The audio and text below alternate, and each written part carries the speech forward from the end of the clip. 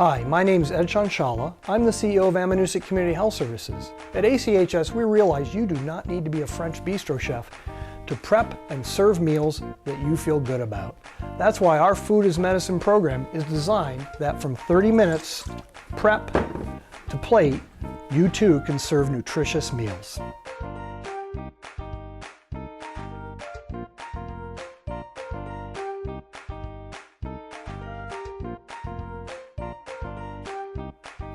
My name's Mina Flato, and I'm the teaching kitchen instructor for Ammonoosuc Community Health Services Food is Medicine program.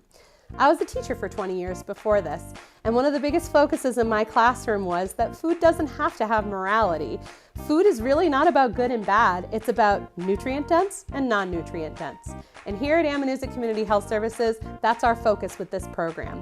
We want to help you get your food prepped to plate in 30 minutes or less. So we're going to make some stuffed peppers. Stuffed peppers can be a kind of time-consuming recipe, but this recipe is not time-consuming. The method that we're going to use is going to utilize our time where the peppers are setting up in the oven to prepare our fillings. So it's going to help us save some time for like a weeknight dinner. So, excuse me, the recipe calls for 8, but I've only got 6 people that I'm feeding, so I'm going to go with 6 today. So we've got these really nice fresh green peppers, and the first thing I like to do is I like to just take a little bit off the bottoms because that's going to help them stand. If we don't do that, then they wobble all over the place and they can fall over in the oven. So take the little bits of the bottom off and then cut the top off like this and dig out all that stuff from the inside. Oh, and I should mention our oven is preheated. It's at 375 right now and it's ready for us. So as soon as all these peppers are put together, we're going to be able to pop them in there. So this guy is ready to go. Goes into our baking pan. So again, just take a little bit off the bottom. You don't want to take too much because if you take too much, then all your fillings are going to fall out. Like this guy's a little crooked, that's okay. Like this, take out our insides, pop them in there. Take off the bottom. Make sure it stands, very good. Pull out the insides. Some people like to save the lids to put back on the peppers. I'm not going to do that today, but you're more than welcome to if that's the way you like to do this. I like to leave the top open so that way the cheese gets really melty. So go like this. Pull out the insides again. This is another fun job for a kid because you can tell the kid that they're scooping out the guts. Kids would like that. All right, that one's pretty good. Sometimes when you're cutting the bottoms off the peppers, you actually don't have to cut both sides. Sometimes it's just a matter of evening it out so it will stand up. It's our 5th one and our last one. That looks pretty good. Take the top off, dig out the insides. All right, so these are going to go in the oven, 375 degrees, at least 10 minutes, but really what you should base it on is how long it takes for your rice to cook and for your meat to brown and make the filling. That's when you should take them out. So our peppers are in the oven, and now we've got about 10 to 15 minutes to get our fillings prepared. So we are going to start by getting our rice going. So this recipe you'll see actually asks you to add the rice to the beef mixture. We're using an instant rice, so we're going to actually do it in a separate pot because it's a lot quicker this way. So we've got our water into our hot pot, and as soon as that comes to a boil, we're going to add our rice and we're going to turn off the heat. And then we're just going to let it sit and it's going to do its thing. In the meantime, we're going to get our other pan greased up. I'm just using an olive oil spray. And we're going to hover our hand over the pot. Should feel nice and warm like a day at the beach. Shouldn't feel too hot, shouldn't feel cold. That feels pretty good. So we're going to add the meat directly to the pan. This is a pound of ground beef. We've got a tool to work with. I'm just going to peek at this and see where we're at. Our water is almost ready. We're going to wait until it comes to a full rolling boil. So just give our meat a second to start waking up in there. In the meantime, we're going to get our tomatoes open. So we're using a diced tomato. It's about 15 ounces. And we're going to include the juice. This will go into our ground beef mixture once our beef is browned. So that's all set.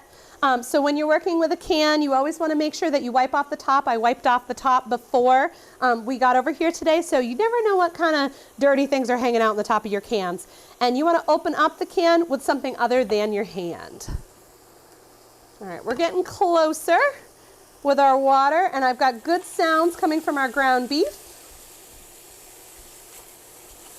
So we're just going to break it up with our tool.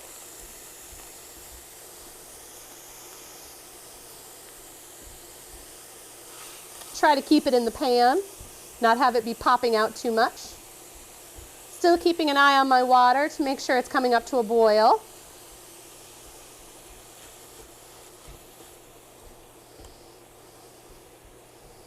We're getting some nice browning on this meat. And remember, this whole time, our peppers are in the oven. So they're already starting to do some of the work that they normally do when you make stuffed peppers. Normally, you have to do something to prepare them first, whether it be boiling or something else. This is almost just like a little shortcut. All right, so our ground beef is still working. There we go. We've got some boiling water over here. So I'm just gonna add my rice. Just give it a quick stir. Make sure that everything is covered. Let it come to a boil again. So just give it a second. Then I'm going to turn that heat off. So I'm going to keep an eye on it this whole time. I don't want it to boil over. And instant rice usually needs about 5 minutes to fully cook. But basically, you're just looking for all the water to be absorbed. That's the most important part. There we go. All right, so that is just going to sit now, and it's going to do its thing. Don't take the lid off. The lid is what's going to help keep that moisture in there. This beef is still doing its thing. I'm just going to turn up the heat a little bit. This is looking great. All right, so we have a second now to take a peek at our recipe and make sure we're catching all of our steps. So I'm going to add my salt at this point to my meat. Just going to grind it directly in there, and you should add salt to taste. You can also add pepper if you'd like, or other seasonings. We're just going to go with salt here today. And that should be good. Keep on cooking it. You can also drain your meat once it's fully browned if you would like to. We're going to stick with this one, just leaving it as is, because we really picked a lean meat. There's not a lot of fat that's coming off this meat. If it were like an 85% or an 80%, you would probably want to drain it. But this was a pretty low-fat meat. It was lean. So we should be fine. So basically all I'm looking for right now is for all the pink to be gone from the meat. We want it fully browned before we move on to the next step.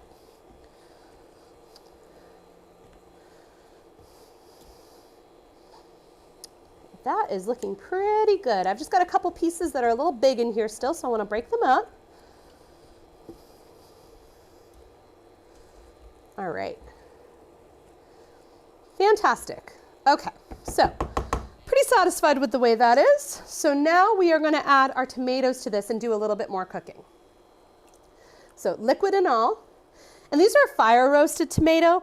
Doesn't really matter which type of tomato you pick, but I just find the fire roasted one has a little bit more depth of flavor. That looks great. And again, we kept that sauce in there, which is just going to help everything have more flavor. All right, this is looking great. So we've got our meat and our tomatoes all ready here in this pan. Still going to cook a little bit. Our rice needs to sit for a few more minutes.